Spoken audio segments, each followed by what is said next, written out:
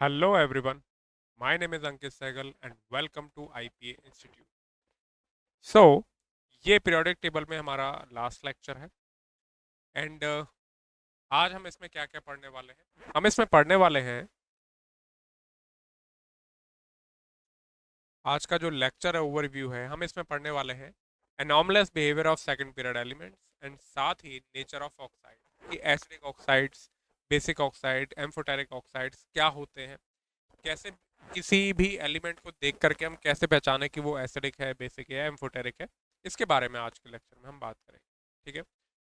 आगे बढ़ने से पहले मैं आप लोगों को एक बता दूं कि ये लिमिटेड एडिशन है लेक्चर्स के जो आपको अवेलेबल हैं फ्री ऑन यूट्यूब। बट अगर आप इस जर्नी में कंटिन्यू करना चाहते हैं, हमारे साथ अपनी जर्नी में हमें शामिल करना चाहते हैं, हमारी मेंटरशिप में आगे बढ़ना चाहते हैं, तो मैं आपको हमारे कोर्स के बारे में जानकारी दे देता हूँ, जो कि है जेई के लिए सक्षम द्रोणायन अटल के नाम से।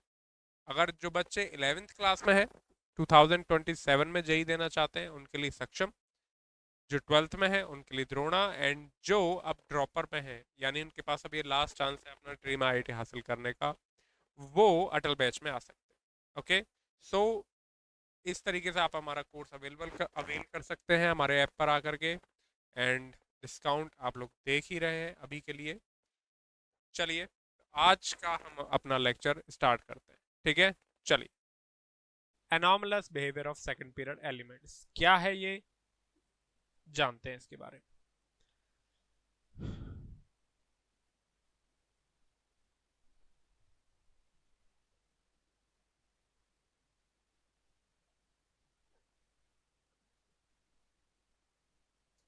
Anomalous behaviour of second period elements.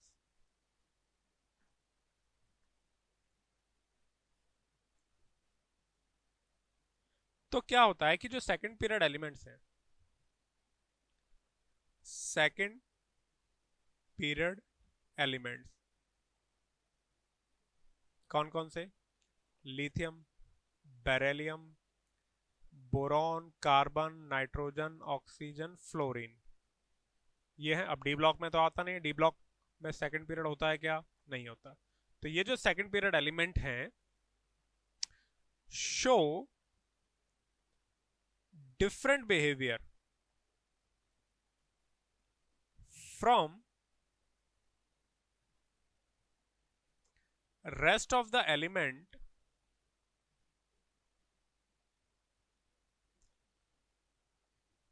of their respective groups।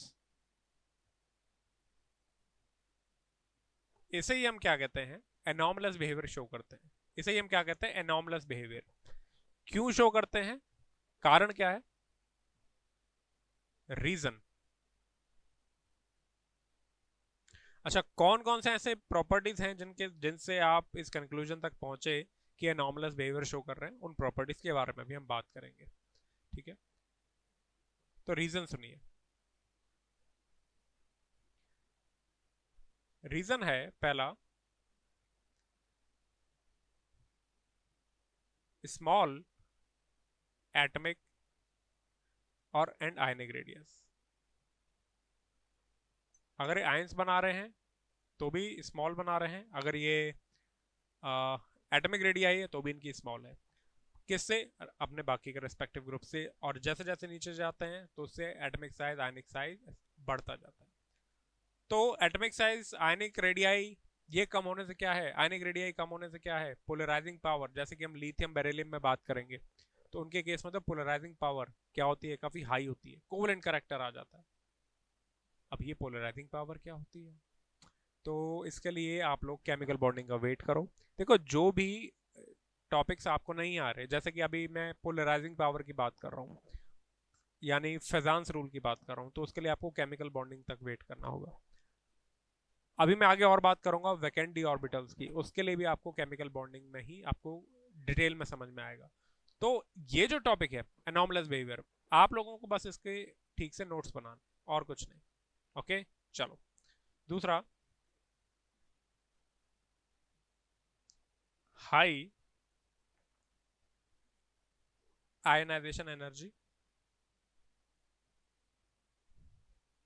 तीसरा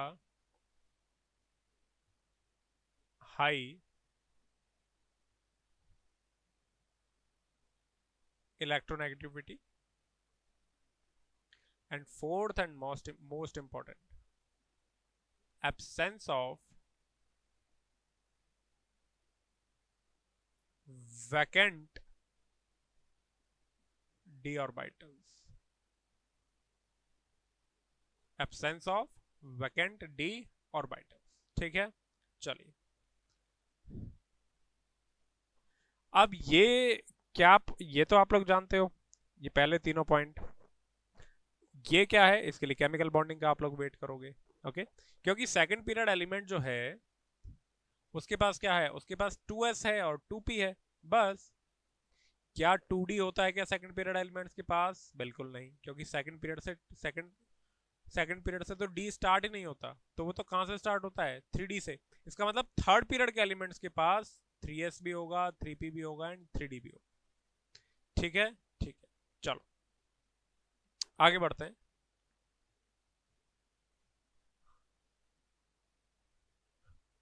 अब कुछ कुछ प्रॉपर्टीज आप लोग लिखेंगे, हालांकि यहां पर आपको उतना क्लियर हो उसके चांस कम है, क्योंकि आपने आगे के टॉपिक नहीं पढ़े होंगे। अगर आप 11th के स्टूडेंट हैं तो आपने आगे के टॉपिक्स नहीं पढ़े होंगे, बट आप लोगों का फर्ज है कि इन्हें एज इट इज लिख लिया जाए, डाउट्स क्रिएट कर लिए जाए। तो अब मैं थोड़ा बात कर लेता हूं ग्रुप वाइज एनॉमलिटी, एनॉमलीज। जैसे कि मैं ग्रुप 1 की बात करूं, ग्रुप 1 में कौन है आपका, लिथियम। लिथियम क्या एनॉमली शो करता है, देखो भाई, अल्कली मेटल्स में सबसे हार्डेस्ट है,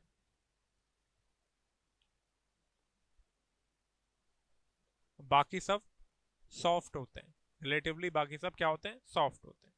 और क्या है, lithium plus has high polarising power. अगर नहीं जानते हो तो कोई बात नहीं, लिख लो बस, has high polarising power, hence LiCl, LiF, LiCl, LiBr, Lii have high covalent character।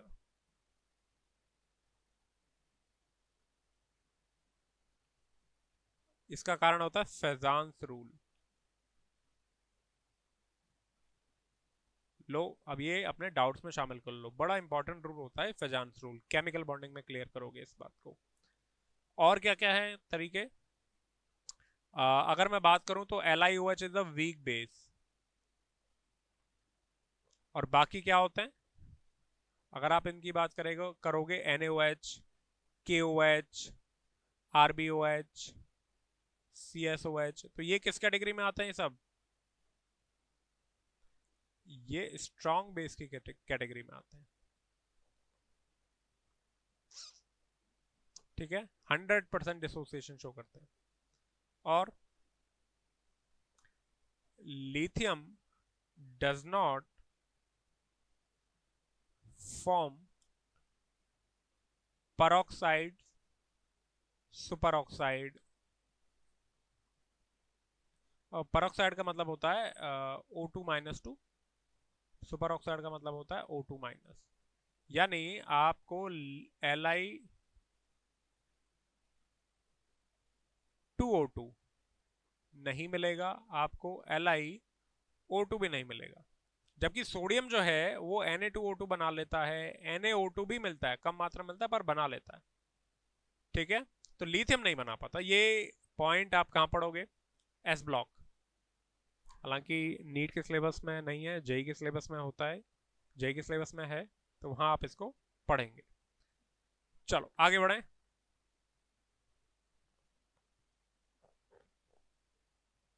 बस और तो कोई पॉइंट नहीं रह गया। ठीक है, नेक्स्ट। अब मैं बात कर लेता हूं ग्रुप 2 की। और ग्रुप 2 का सेकंड पीरियड एलिमेंट कौन है, बेरेलियम। कौन सा? बेरिलियम। पहली बात, बेरिलियम का ऑक्साइड कैसा होता है? BEO is amphoteric. बाकी सारे क्या होते हैं? Rest are, rest oxides of group 2 are basic. ठीक है, MgO हो गया, Ca हो गया, SRO हो गया,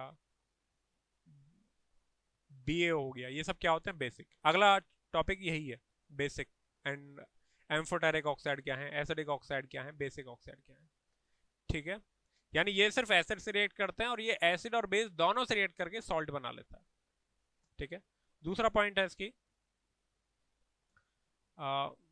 halides of beryllium are covalent due to small size and high. अब पोलराइजिंग पावर लिख रहा हूं तो ठीक है, अब लिख दिया तो polarising power high small size की वजह से ही होती है। High polarising power. ठीक है, तो इनमें जैसे कि BCl2 है, BI2 है, BBr2 है, BI2, ये सब क्या है? कोवलेंट है। और इतने कोवलेंट हैं कि BeCl2 तो इस पॉलीमेरिक, BeCl2 पॉलीमर बना लेता है, डायमर भी बनाता है, पॉलीमेरिक। और बाकी के MgCl2, CaCl2, SrCl2, BaCl2, ये क्या है? जनरली ये आयनिक होते हैं, इनमें भी थोड़ा बहुत कोवलेंट करेक्टर होता है, बट ये आयनिक है और कोई पॉलीमर नहीं बनाते। ठीक है, चलो आगे बढ़ो, लिखते जाओ बस। और क्या पॉइंट है? हम्म,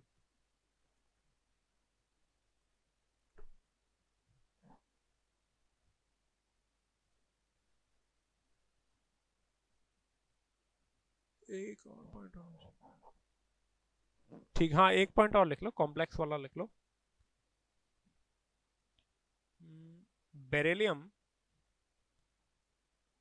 can form complex like BeF4-2 due to high charge density. और साथ ही beryllium does not react with water like calcium, strontium, beryllium. इनको पानी में डालोगे बड़े आराम से पानी से रिएक्ट करके क्या दे देते हैं? हाइड्रोक्साइड दे देते हैं, हाइड्रोक्साइड एंड H2 गैस छोड़ देते हैं। ठीक है, चलो आगे बढ़ते हैं।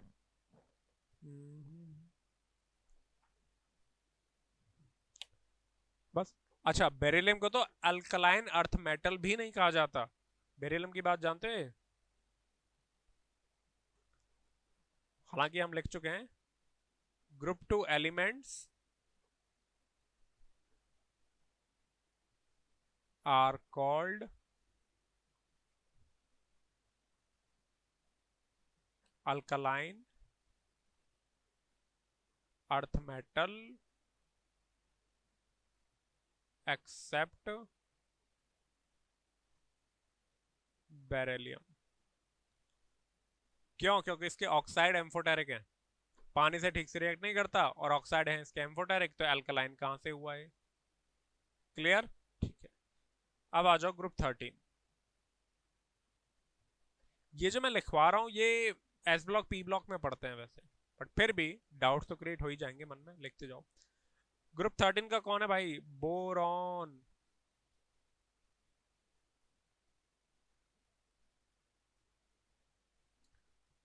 पहली बात तो यही है, बोरॉन एक नॉन मेटल है, टिपिकली मेटल बोल सकते हैं, वरना बोरॉन नॉन मेटल की कैटेगरी में रखा जाता है। और इसके बाकी एलिमेंट्स सब क्या होते हैं? एल्यूमिनियम जैसे है ना आपका,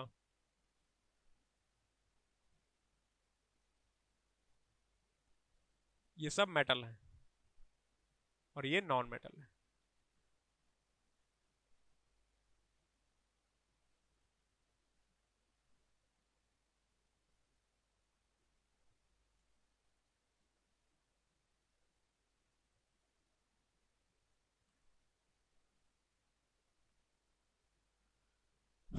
ठीक है, चलो लिख दो। Boron is non metal, rest elements of group 13 are metals। ठीक, और क्या है इसकी खासियत? आ,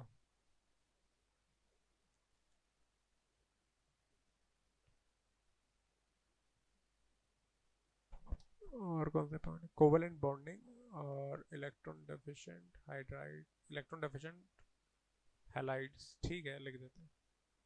सो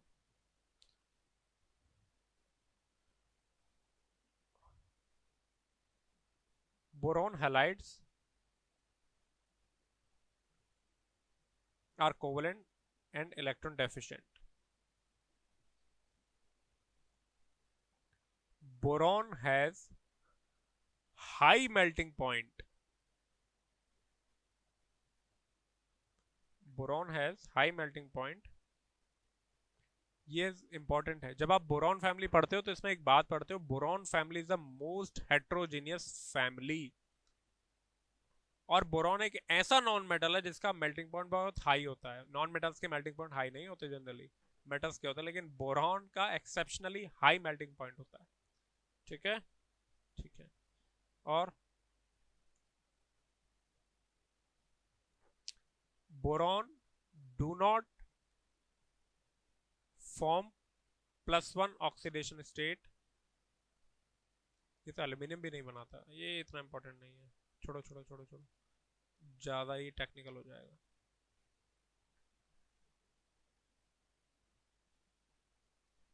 ठीक है, बस बोरॉन में इतना काफी है। ग्रुप 14 में लिख लो फटाफट।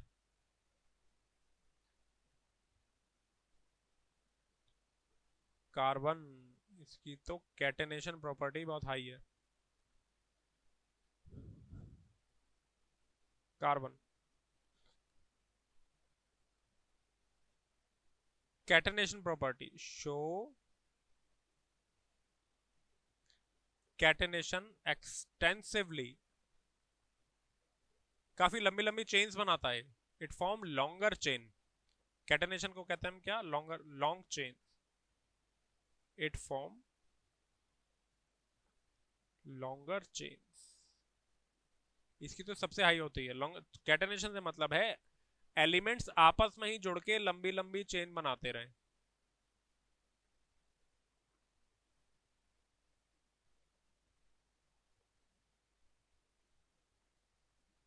कुछ इस तरह, मतलब और लंबी लंबी लंबी लंबी आपस में जुड़ के लंबी लंबी चेन बनाते रहे, इसे कहते हैं हम कैटेनेशन प्रॉपर्टी। ओके, ठीक है। और अब आ जाओ पाई बॉन्ड्स के बारे में। Form pi bonds easily with itself and with other elements too।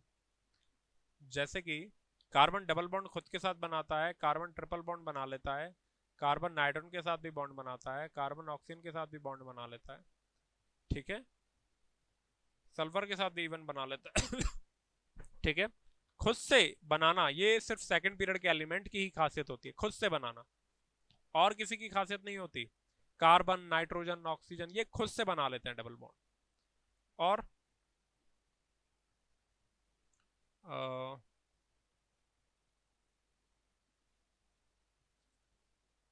बस ठीक है,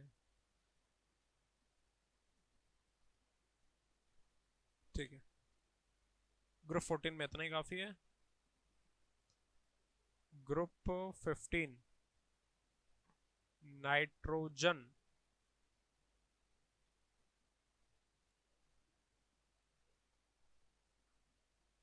ये भी forms pi bond with itself.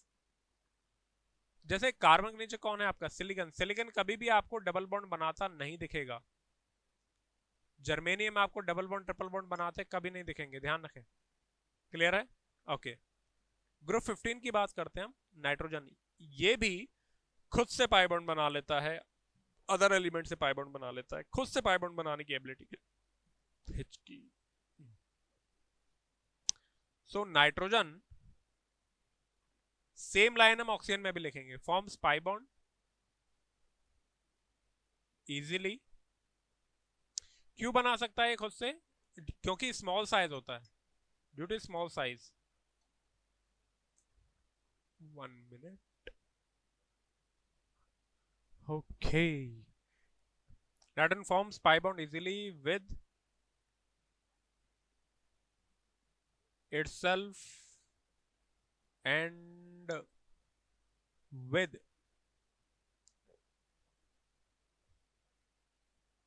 other elements due to small size। इससे पाई की ओवरलैपिंग अच्छी हो जाती है, केमिकल बॉन्डिंग की बात है। ये इसका भी कारण वही है, due to small size. Due to small size pi के लोब्स अच्छे से ओवरलैप कर जाते हैं, साइड में ओवरलैपिंग अच्छे से हो जाती है। For example, N triple bond N बन जाता है, एन डबल बॉन्ड एन बन जाता है, एन डबल बॉन्ड ओ बन जाता है, सी कार्बन के साथ बन जाता है। इस तरीके से ये बना लेता है। आई होप ठीक है। अब आगे बढ़ते हैं, लिखते जाओ, प्रॉपर नोट्स बनाते जाओ। डाउट्स होंगे तो ही क्लियर होंगे। और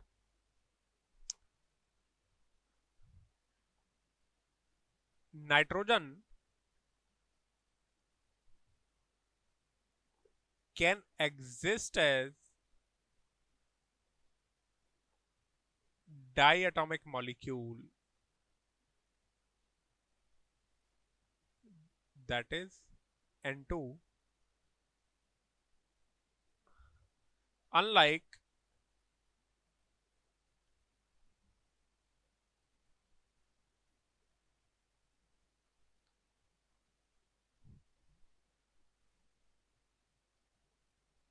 other elements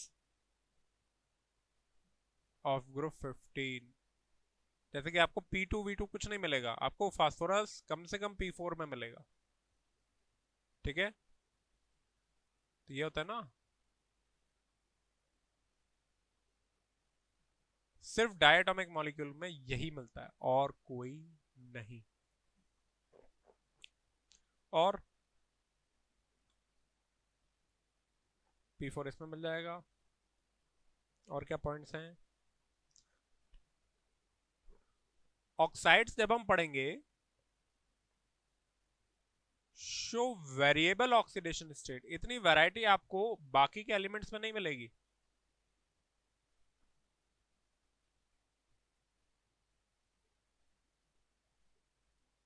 that that is nitric oxide, nitrous oxide, आपका NO2, N2O3,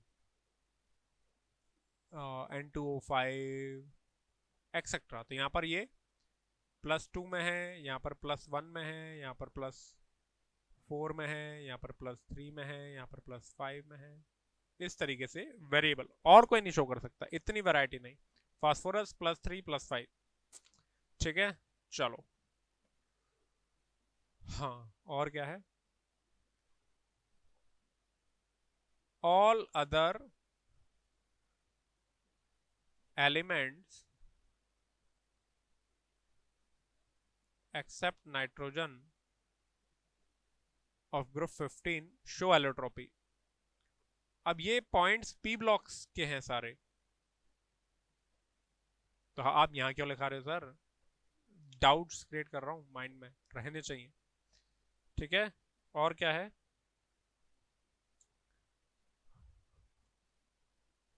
due to small size and high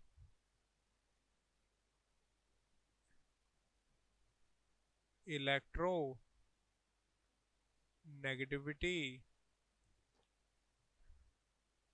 nitrogen can form hydrogen bonding में शामिल होता है। हाइड्रोजन बॉन्डिंग में कौन कौन आते हैं? हाइड्रोजन और साथ में नाइट्रोजन, ऑक्सीजन एंड फ्लोरीन। ठीक है, okay. Due to small size NH3 और बस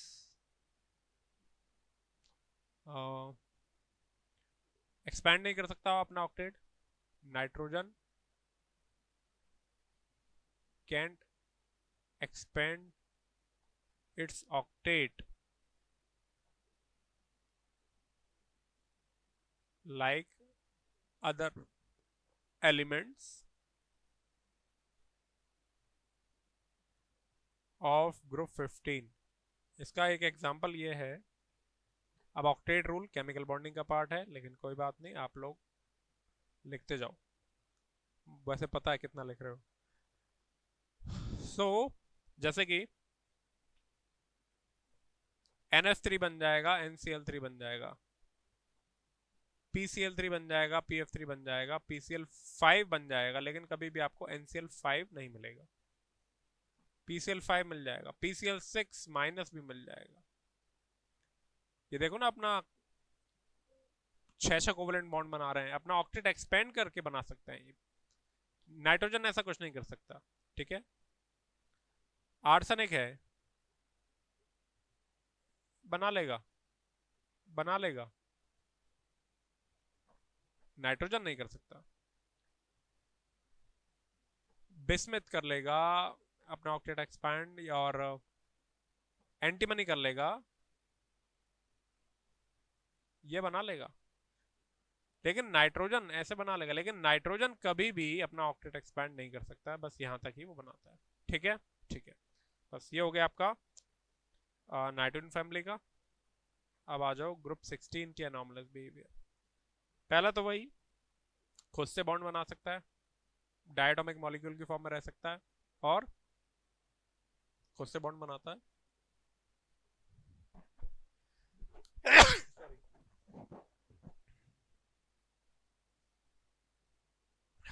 देखो,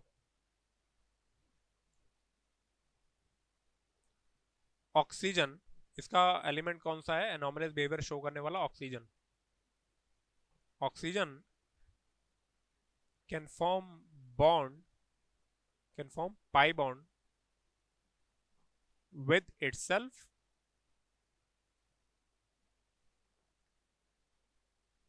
and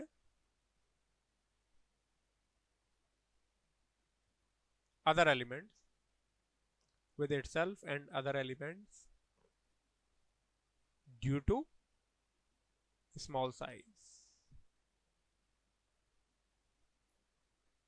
ऐसे अगर आप बात करोगे, ये सिग्मा स्मॉल साइज होने से ही ये पाई बॉन्ड आपस में ओवरलैप कर पाते हैं।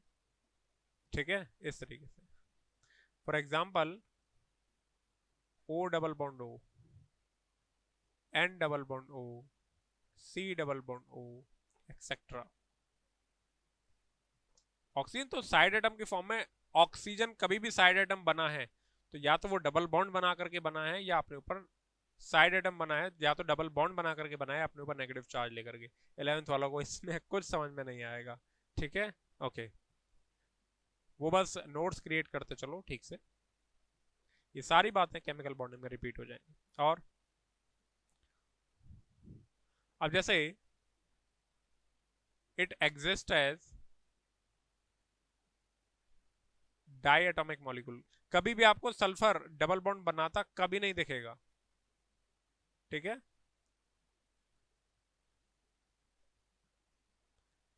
At room temperature, while other जो है, जैसे सल्फर है,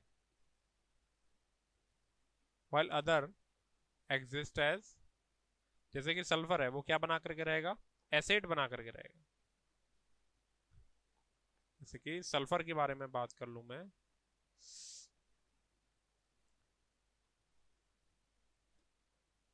while sulfur exists as acid, ऐसे क्राउन 2 3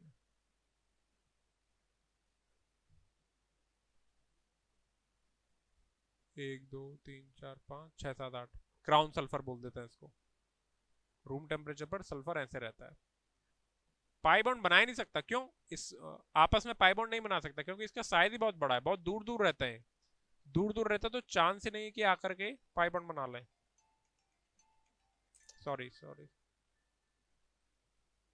ओके, तो बस इस तरीके से इसकी प्रॉपर्टीज हो गई। और फटाफट से ग्रुप 17 के ले लेता हूँ, बाकी डिटेल आप पी ब्लॉक में पढ़ोगे। ग्रुप 17 की बात कर लेता हूँ। इसमें कौन है आपका? फ्लोरीन है। फ्लोरीन मोस्ट इलेक्ट्रोनेगेटिव एटम है। ऑक्सीडेशन स्टेट वो सिर्फ -1 शो करता है और 0 भी। मोस्ट इलेक्ट्रो नेगेटिव एलिमेंट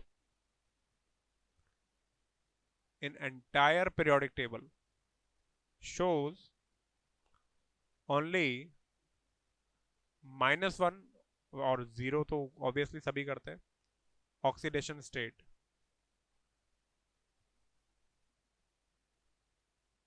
ठीक है, और क्या हो सकता है? अच्छा, ऑक्सीजन में लिखना भूल गया, ये भी हाइड्रोजन बॉन्ड बनाता है। Oxygen can also form. अब देखो आपके मन में अब ये सवाल आने लग गया कि हाइड्रोजन बॉन्ड क्या है, और नाइट्रोजन के अलावा अब कौन बना रहा है? हाइड्रोजन भी, वो ऑक्सीजन भी बना रहा है। अब आपके मन में डाउट है कि हाइड्रोजन बॉन्डिंग क्या है। अब यहां पर फ्लोरीन भी due to small size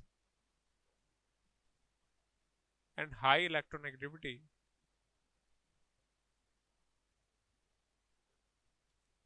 due to small size and high electronegativity, fluorine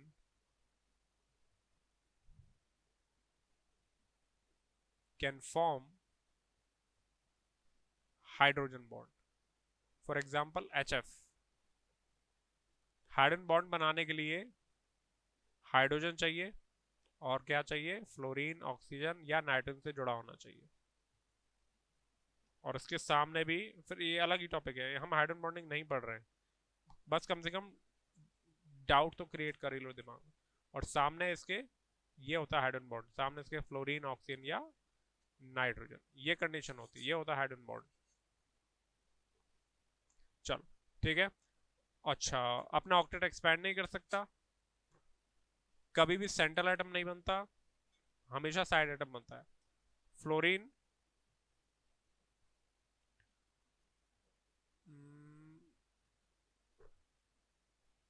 never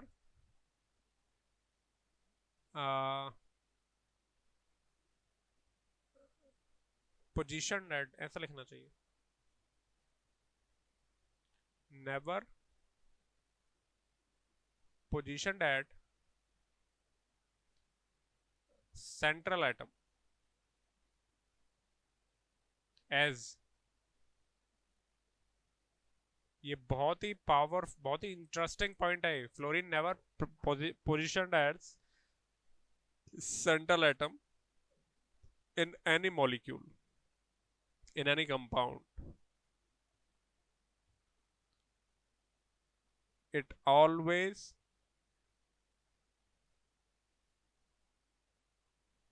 positioned as side atom.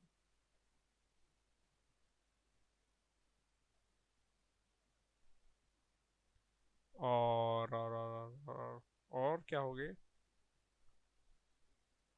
बस और भी हैं, वाटर से रिएक्ट करके ये क्या देगा? HF+O2 देता है, बाकी के वाटर से रिएक्ट करके क्या देते हैं? HOX+HX। खैर अलग चीज है ये तो हो गया आपका Cl2Br2I2, Cl2Br2I2। इस तरीके से आप ये पॉइंट। खैर इसमें ज्यादातर पॉइंट्स क्या थे, वो पी ब्लॉक के थे या एस ब्लॉक के थे, तो बस आप लोग बस इसको नोट्स में लिख लीजिए और कुछ नहीं है इसमें। ये है अनॉमलस बिहेवियर। इसका मेन चीज आपको बार बार ये शब्द आएगा, आप बस कह देना due to small size, due to high electronegativity, due to high ionisation energy, और सबसे important absence of vacant d orbital. Clear है? ठीक है। अब इसके बाद आ जाओ, हमारा नेक्स्ट टॉपिक है नेचर ऑफ ऑक्साइड्स। तो आप लोग ये बाकी सब याद रहे ना रहे, ये वाला जो पॉइंट है ना,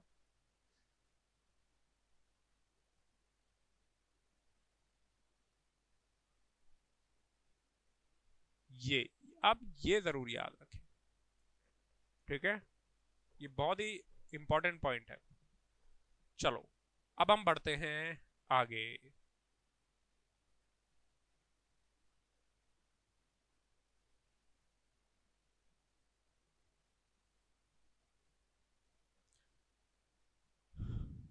nature of oxides. Nature of oxides. Oxides के कितने नेचर हैं? तीन तरह के नेचर हम पढ़ेंगे। Basic oxides,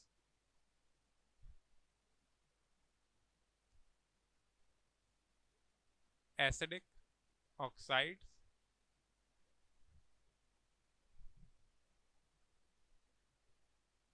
and amphoteric oxides. चलो आपको ये पहचानना आना चाहिए। चलो हम स्टार्ट करते हैं हमारा ये टॉपिक। ठीक, तो क्या होते हैं एसिडिक ऑक्साइड? ऑक्साइड जो पानी से रिएक्ट करें तो मीडियम को एसिडिक कर दें, और बेस से रिएक्ट करें तो सॉल्ट बना दें। तो क्या वो क्या होते हैं आपके एसिडिक ऑक्साइड? तो लिखते हैं what is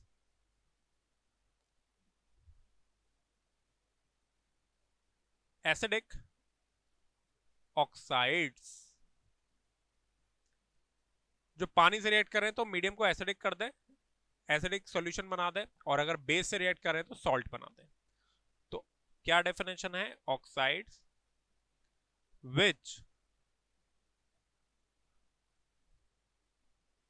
react with water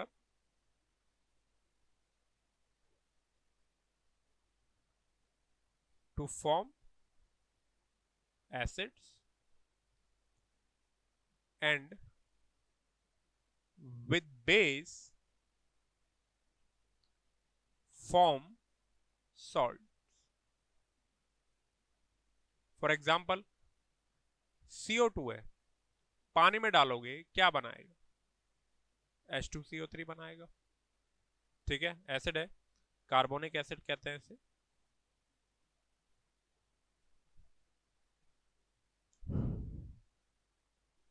SO3 है, पानी में डालोगे क्या बनाएगा? H2SO4 है, सब जानते हैं इसका नाम, सल्फ्यूरिक एसिड। सल्फ्यूरिक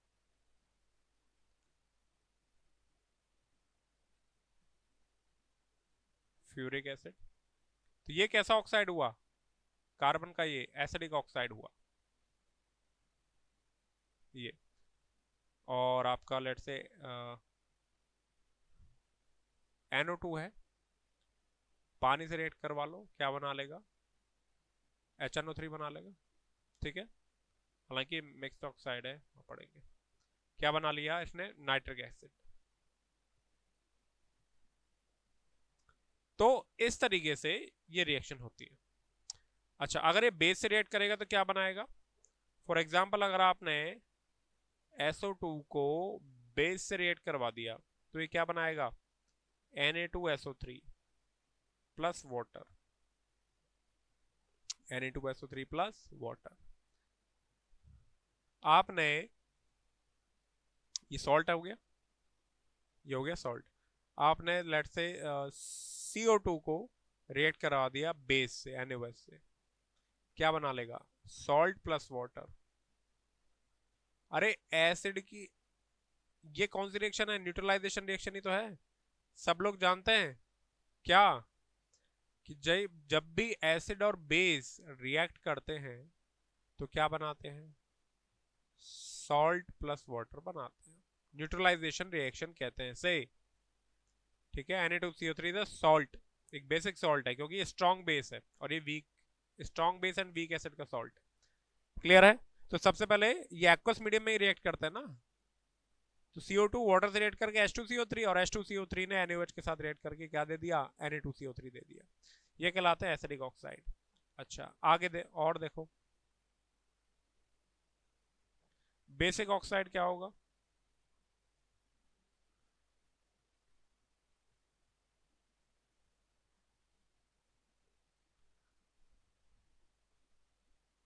जो पानी से रिएक्ट करके बेस बनाएंगे, oxides which form sorry acid with water and with base, क्या लिख रहा हूं मैं, with acid form salt are basic oxides. For example, basic oxide में जैसे आप एग्जांपल उठा लो किसका, Na2O का। क्या लिख रहा हूं मैं, एसिड क्यों लिख दिया, विच फॉर्म बेस, कहां ध्यान जा रहा है मेरा। जैसे Na2O है, पानी में डालोगे तो क्या बनाएगा, NaOH बनाएगा ना, सोडियम हाइड्रोक्साइड, कास्टिक सोडा। ठीक है, कास्टिक सोडा कहते हैं इसको। कैल्शियम हाइड्रोक्साइड है, पानी में डालोगे क्या बनाएगा, कैल्शियम हाइड्रोक्साइड बनाएगा। ठीक है, एक्वस, मीडियम को कर दिया ना एक्वस, वो सॉरी बेसिक, बेस ही तो है। और अगर आप इसकी रिएक्शन एसिड से करा दो, Na2O की रिएक्शन लेट से HCl से करा दो, क्या बना लेगा, सॉल्ट बना लेगा, NaCl प्लस वाटर। और बैलेंस करने की तो खैर क्या ही जरूरत है, 2 लगा दो। लेट से आपने CaO को H2SO4 से रिएक्ट करा दिया, क्या बना लेगा, कैल्शियम सल्फेट प्लस वाटर। तो ये क्या बना लिया आपने, salt plus water, salt plus water. ठीक है, इस तरीके से ये रिएक्शन इस तरीके, ये हो गया आपके बेसिक ऑक्साइड। अब एम्फोटेरिक ऑक्साइड्स क्या होते हैं, जो एसिड और बेस दोनों की तरह बिहेव करते हैं। एसिड और बेस दोनों से रिएक्ट करके सॉल्ट प्लस वाटर बनाते हैं, यानी वो दोनों की तरह बिहेव कर लेते हैं। डिपेंड करता है कि वो किससे रिएक्ट कर रहे हैं। एसिड से रिएक्ट कर रहे हैं तो वो बेस की तरह बिहेव करते हैं, बेस से रिएक्ट कर रहे हैं तो वो एसिड की तरह बिहेव करते हैं। तो ये कहलाते हैं आपके एम्फोटेरिक ऑक्साइड। जनरली आप ये बात ध्यान रखें, generally metal oxides are basic oxides। Generally शब्द लगाना पड़ता है भाई, केमिस्ट्री है, हमें जनरली लिखना पड़ता है। हम हार्ड एंड फास्ट उसमें नहीं चल सकते। और मैं ऐसे भी मेटल्स के एग्जांपल दूंगा जो एसिडिक ऑक्साइड बना लेते हैं। तो और यहां पर रखेंगे आप generally non metal oxides, non metal and metalloids oxides are acidic. ठीक है, ठीक है।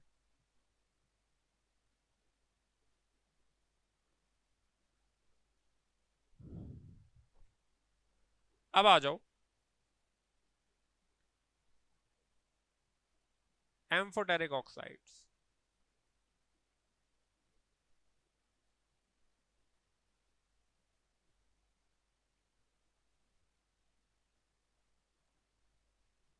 oxides which behave both as acidic and basic.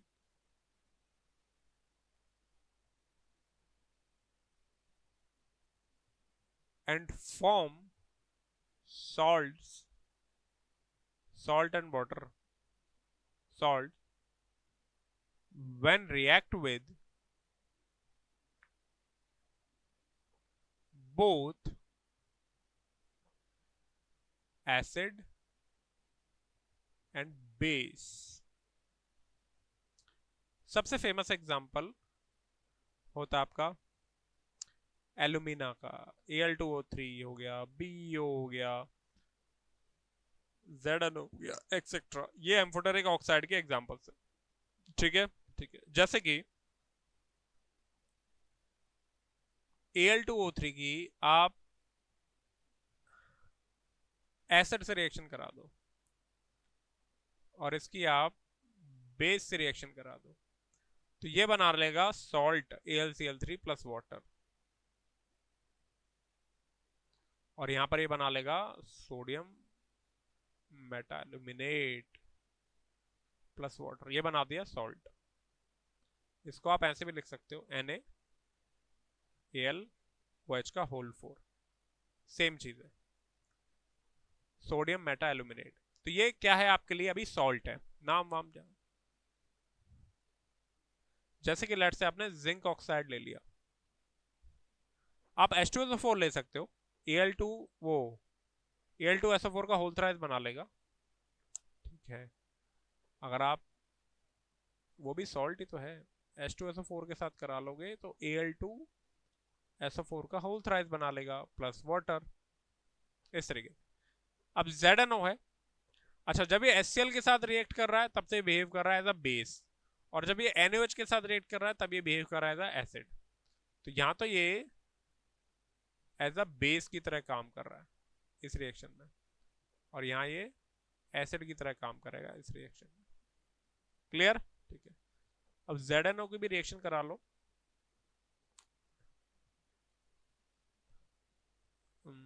NaOH से करा लो, इसका नाम मैं लिख देता हूँ, sodium Meta aluminate.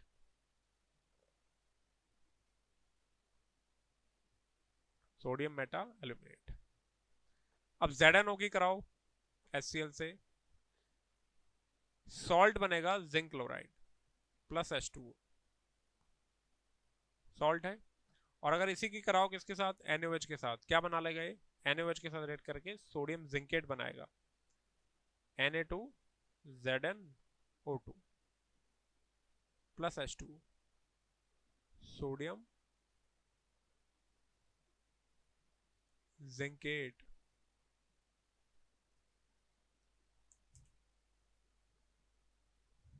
Sodium zincate. Clear है? क्लियर है। चलो, तो इस तरीके से हमने यहां पर बात कर ली एम्फोटेरिक ऑक्साइड की। तो कौन से होते हैं एम्फोटेरिक ऑक्साइड सर? करते हैं बात, कौन कौन से एलिमेंट्स एम्फोटेरिक ऑक्साइड होते हैं। पहले तो मैं आपको, अब आपने नेचर ऑफ ऑक्साइड पढ़ लिया, मैं आपको क्लासिफाई कर देता हूँ। बहुत जरूरी है कैसे पहचाने एसिडिक ऑक्साइड कौन सा है, बेसिक ऑक्साइड कौन सा है, एंड एम्फोटेरिक ऑक्साइड कौन सा है। सुनो ध्यान से।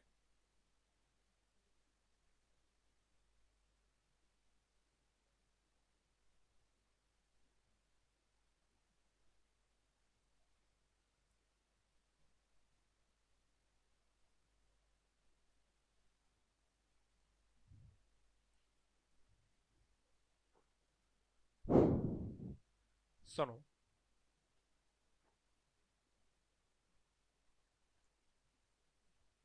बेसिक ऑक्साइड,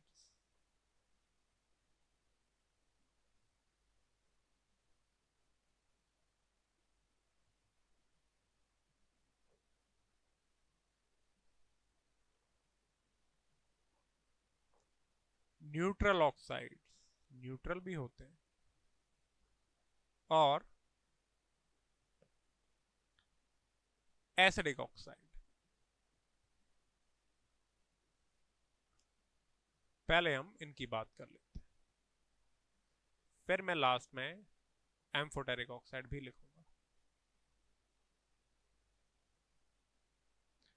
तो generally metal oxides in their lower oxidation state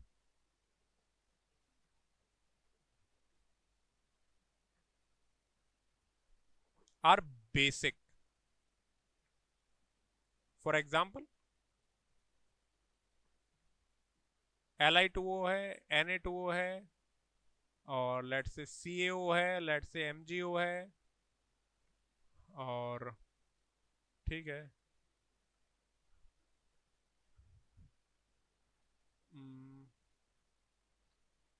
indium है, In2O3, मेटल ही तो है। तो इस तरीके के जैसे थैलियम है, ये सब क्या है? बेसिक है। ये सब क्या है? आपके बेसिक है। ठीक है। अल्कली मेटल्स, अल्कलाइन मतलब ग्रुप 1 और ग्रुप 2 के तो सारे ऑक्साइड ही क्या हैं? बेसिक है। एक बेरिलियम को छोड़ दो, बेरिलियम ऑक्साइड एम्फोटेरिक है। तो इस तरीके से। अच्छा, और इसमें ध्यान रखो, metals in +4 oxidation state are amphoteric. अब ये जो लाइन है ये मैं खास Mn+4 के लिए लिख रहा हूं, तो आप Mn+4 का ध्यान रखेंगे। मैग्नीज +4 स्टेट में ऑक्साइड ऑफ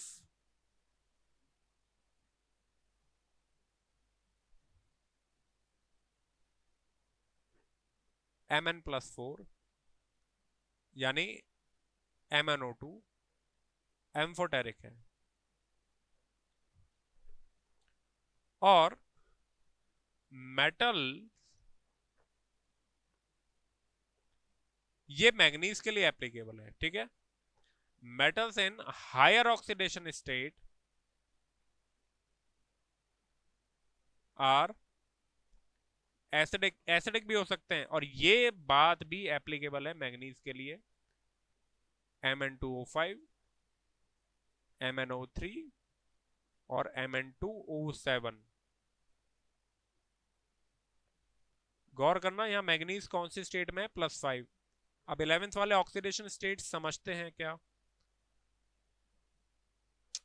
ठीक है, समझते हैं अगर तो अच्छी बात है। जिन्होंने अगर रिडॉक्स पहले पढ़ लिया है तो वो समझ जाएंगे। जनरली रिडॉक्स पढ़ लेते हैं साथ में, ठीक है, 11th के बच्चे, तो वो समझ जाएंगे। नहीं तो बस लिख लो, जब रिडॉक्स पढ़ोगे तब पढ़ लेना। तो +5 +6, ये लिख देता हूँ, ये है +5, ये है +6 और ये है +7। ये तीनों के तीनों क्या हैं? एसिडिक हैं। ये बात ध्यान रखें। क्लियर? क्लियर। देखो बहुत बिखरे हुए होते हैं ना, मैं इसको थोड़ा समराइज करने की कोशिश कर रहा हूँ। बहुत बिखरे हुए होते हैं। न्यूट्रल ऑक्साइड में क्या आते हैं? 4 ही ऑक्साइड हैं, nitric oxide, carbon monoxide, nitrous oxide and water का। ये 4 ऑक्साइड हैं। ये एनो, ये चारों के चारों कैसे होते हैं? न्यूट्रल हैं। ये पानी को एसिडिक नहीं करते। इसका नाम क्या है? Nitric oxide. इसका नाम क्या है? Carbon monoxide. ये तो जानते हो।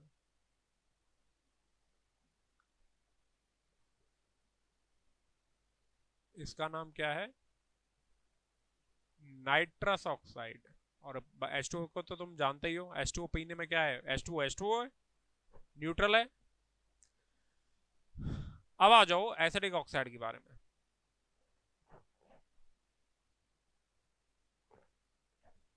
एसिडिक ऑक्साइड में आप लिखोगे oxides of non metals are acidic. For example CO2, SO2, SO3 और आपका बहुत सारे लेट से Cl2O7, Cl2O5, ठीक है, I2O5 और NO2, N2O3, N2O5, P2O5 etcetera. ये सब क्या हैं? ये सारे के सारे एसिडिक हैं। नॉन मेटल के हैं ना, नॉन मेटल के हैं इसलिए। अच्छा, और एक बात ध्यान रखो,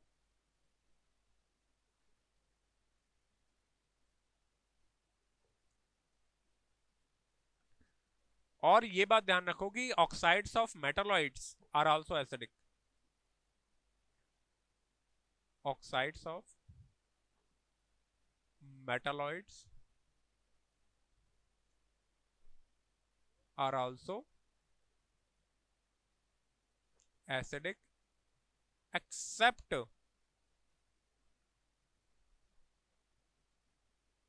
arsenic +3 and antimony +3। तो मेटालॉइड क्या होता है? मेटालॉइड सब जानते हैं, silicon, germanium, arsenic, antimony, tellurium. Sita ji Aastha सब तेरी, सीता जी आस्था सब तेरी।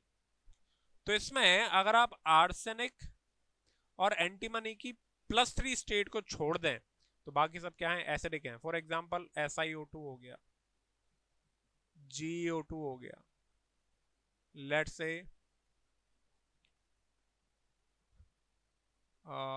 AS2O5 हो गया, SB2O5 हो गया,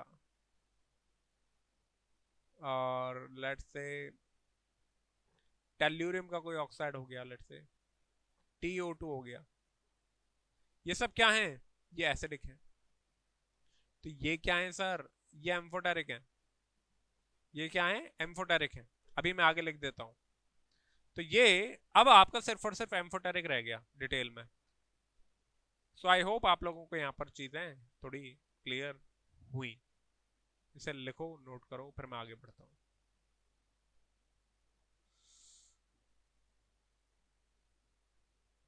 ठीक है, चलो आगे बढ़ते हैं।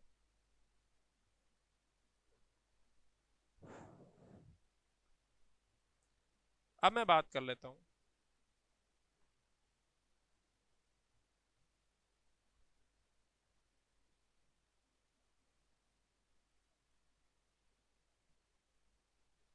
Amphoteric oxides.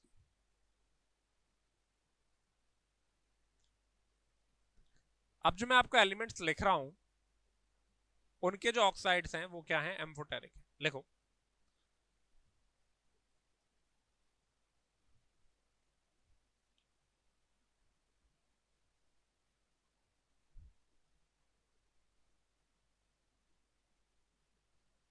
Oxides of following are amphoteric.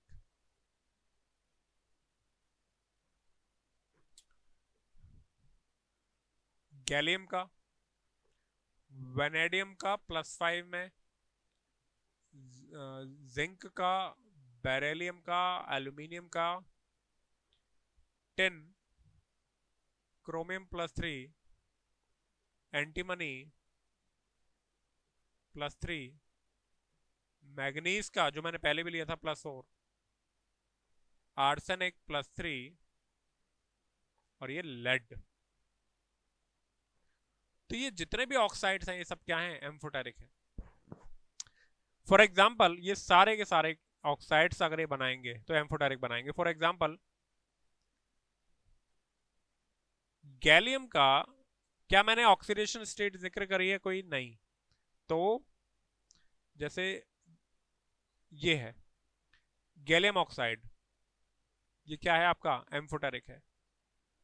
Vanadium +5 में देखो, वेनेडियम जो होता है देखो V2O3 एंड V2O5, ये कैसा है आपका? ये मेटल होता है, मेटल ऑक्साइड है। अब मेटल ऑक्साइड है तो क्या होना चाहिए? बेसिक, तो ये बेसिक होता है, ये तो एम्फोटेरिक होता है क्योंकि ये +5 वाला है, ठीक है। जिंक का तो इकलौता ऑक्साइड है, ZnO। जिंक का तो हाइड्रोक्साइड भी एम्फोटेरिक, तो हमें तो ऑक्साइड की बात कर रहे हैं। Beryllium oxide amphoteric, aluminium amphoteric, tin SnO और SnO2 दोनों ही एम्फोटेरिक। क्रोमियम सिर्फ और सिर्फ क्रोमियम +3 क्योंकि ये मेटल है। क्रोमियम क्या है, मेटल है, लेकिन अपनी +3 स्टेट में एम्फोटेरिक है। एंटीमनी एसिडिक होता क्योंकि मेटलॉइड है, लेकिन यहाँ +3 स्टेट में एम्फोटेरिक है। MnO2 एम्फोटेरिक है, As2O3 एम्फोटेरिक है, और लेड, लेड के दो ऑक्साइड होते हैं, Pb एंड PbO2। तो ये सारे के सारे आप चाहो तो याद भी कर सकते हो, एम्फोटेरिक है। तो ये थोड़ा सिस्टमेटाइज करने की कोशिश की है, ठीक है। बस अब मेटल्स क्या हैं, S ब्लॉक में मेटल्स हैं, D ब्लॉक में मेटल्स हैं, F ब्लॉक में मेटल्स हैं। तो वो सब क्या होते हैं, वो सब बेसिक ऑक्साइड होते हैं। आपका लेंथेनॉइड और एक्टिनॉइड सीरीज में क्या है, उनके ऑक्साइड्स कैसे हैं, बेसिक हैं। सीरियम ऑक्साइड क्या होगा, बेसिक होगा। गैडोलियम ऑक्साइड क्या होगा, बेसिक होगा, ठीक है। अगर आपको F ब्लॉक पता है तो Gd2O3 गैडोलियम ऑक्साइड कैसा होगा, बेसिक। क्यों, क्योंकि मेटल ऑक्साइड है, ठीक है। गैडोलियम कहाँ आता है, गैडोलियम आता है आपके लेंथेनॉइड में, ठीक है। चलिए, तो लेंथ F ब्लॉक में भी सारे मेटल्स हैं। तो इस तरीके से हम एम्फोटेरिक ऑक्साइड को समझ सकते हैं। क्लियर है। जैसे कि कुछ क्वेश्चन करके भी देख लेते हैं।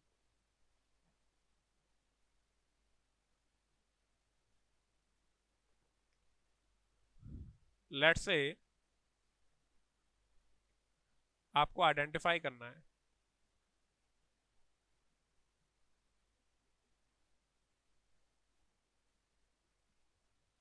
Nature of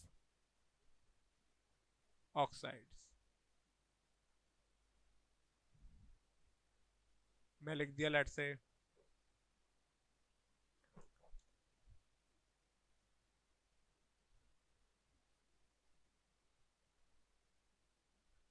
BaO। अच्छा, आपको ये भी बताना है कि वो मेटल का ऑक्साइड है, नॉन मेटल का, या मेटलॉइड का।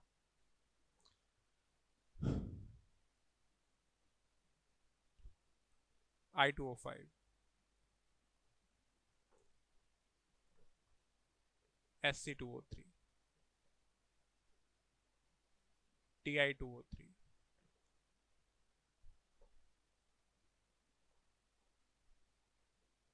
Fe2O3,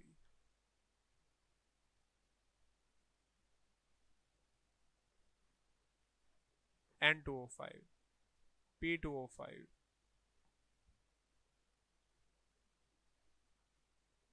As2O5, As2O3, IN2O3,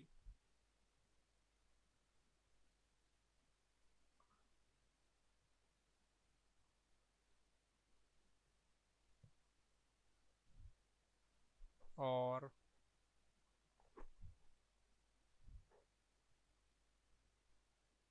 CO2, CO, NO2, N2O,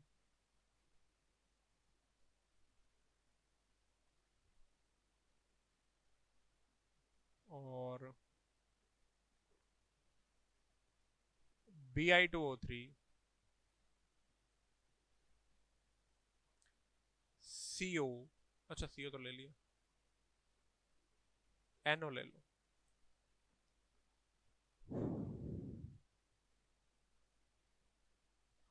CuO,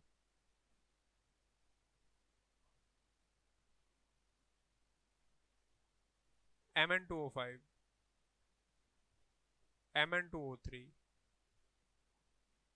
MnO2, ठीक है। और भी ले सकते हैं हम, जैसे कि हम Lu2O3,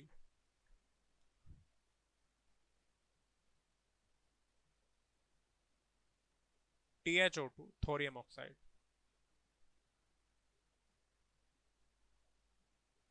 CeO2 cerium oxide, BaO। अब जरा देखो BaO क्या है। बेरियम एक मेटल ऑक्साइड है। कैसा ऑक्साइड है? मेटल। और कौन सी स्टेट में है? +2। कोई दिक्कत वाली बात नहीं है, बेरियम है, सेकंड पीरियड का एलिमेंट है, तो आप इसको क्या बोलोगे? Basic oxide. आयोडीन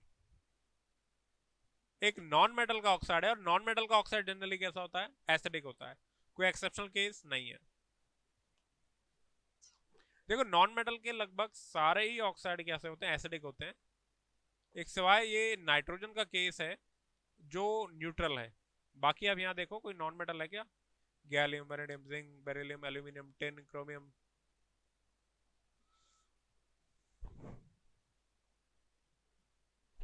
कोई नहीं, सब मेटल्स हैं।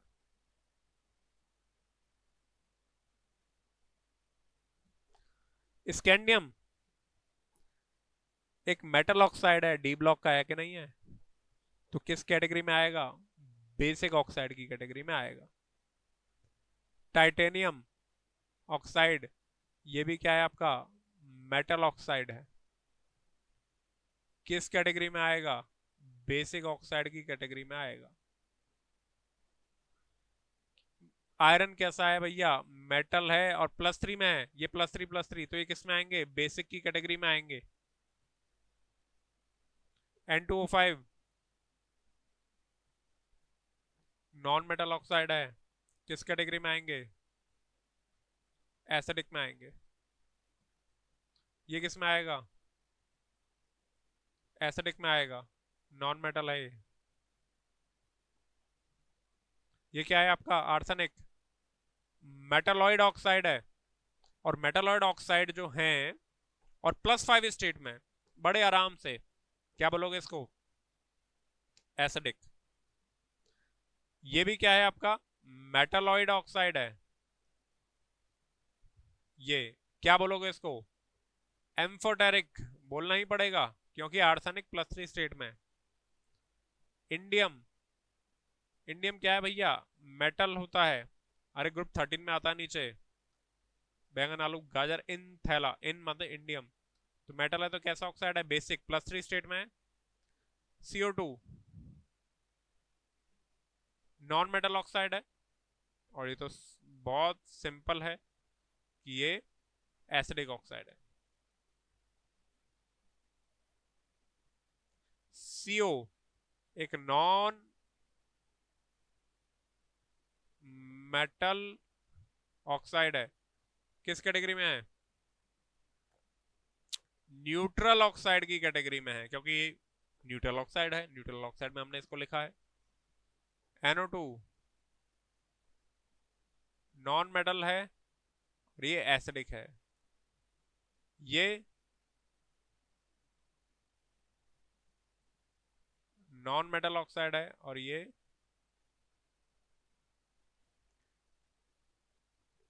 न्यूट्रल है। ये मेटल ऑक्साइड है और ये बेसिक हुआ। चेंज कर लेगा पेन। ये नॉन मेटल ऑक्साइड है। ये क्या हुआ? न्यूट्रल हुआ। लिखवा रखा है। ये कैसा आपका? मेटल ऑक्साइड है। ये बेसिक ऑक्साइड हुआ। ये मेटल ऑक्साइड है। Mn+5 में है, ये एसिडिक ऑक्साइड है, मैंने जिक्र किया है। अरे किया है कि नहीं किया है? ये देखो, देख रहा है विनोद? देखो देखो। हाँ, ये मेटल ऑक्साइड है, ये बेसिक है क्योंकि ये मैग्नीज प्लस 3 स्टेट में, ये मेटल ऑक्साइड, ये एम्फोटेरिक है। क्या बात कर रहे हो? ठीक है, मैग्नीज प्लस 4 स्टेट में। सो आई होप आप लोगों को चीजें यहां तक क्लियर हुई, क्लियर कट।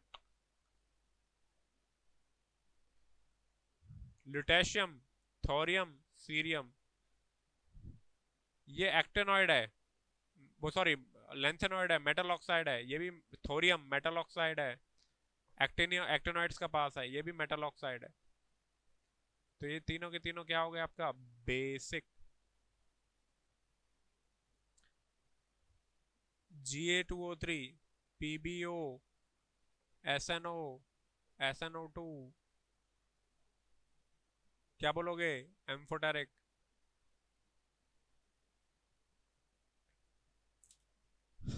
ठीक है बंधु, समझ गए बंधु? तो इस तरीके से ये तुम्हारा क्या हुआ, क्या कह रहा हूं, इस तरीके से तुम्हारा ये amphoteric oxide, acidic and basic oxide पूरा हुआ। ठीक है, आई होप आप लोगों को ये चीज क्लियर हुई। सो आई होप आप लोगों को चीजें क्लियर हुई। Thank you so much. और इस तरीके से आपका ये चैप्टर खत्म होता है थियोरिटिकली। आप लोगों को थ्योरी वाइज आप लोगों को अभी क्वेश्चन प्रैक्टिस जरूर करनी है। पीवाईक्यूज और आपके जो भी मॉड्यूल्स हैं, पैकेजेस हैं, उनको सॉल्व करिए। Thank you so much. NCERT जरूर सॉल्व करिए। और इनऑर्गेनिक चैप्टर्स में तो एनसीईआरटी आपको लाइन बाय लाइन पढ़नी भी है। ठीक है, देखो सारी चीज़ें कवर नहीं होती हैं, कुछ कुछ हम कोशिश तो करते हैं कि हो जाए, पर कुछ पार्ट फिर भी रह जाता है। तो आप लोगों को एनसीईआरटी जरूर से जरूर रीड करनी चाहिए line by line. Index question, back exercise question, PYQs और बाकी जो आपके जो भी मॉड्यूल या पैकेजेस हैं उनको आपको सॉल्व करना चाहिए। सो आई होप आप लोगों को चीज़ें क्लियर हुई। बस तो यहाँ तक ये पीरियोडिक टेबल है। आज का लेक्चर हमारा पूरा हुआ।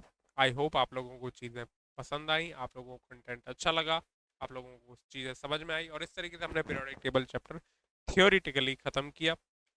क्वेश्चन प्रैक्टिस अब आपको इसमें जम के करनी है और डाउट्स पूछने। तो अगेन मैं बता दूं, अगर आप हमारी मेंटरशिप में आगे कंटिन्यू करना चाहते हैं तो ये कोर्सेज वापस से मैं आपको बता देता हूं। और पहले 500 स्टूडेंट्स के लिए 50% ऑफ है, इसमें भी 50% ऑफ। ओके, सो आप लोग अपने ड्रीम आईआईटी को हासिल करने के लिए हमारे साथ जुड़ सकते हैं। Thank you so much.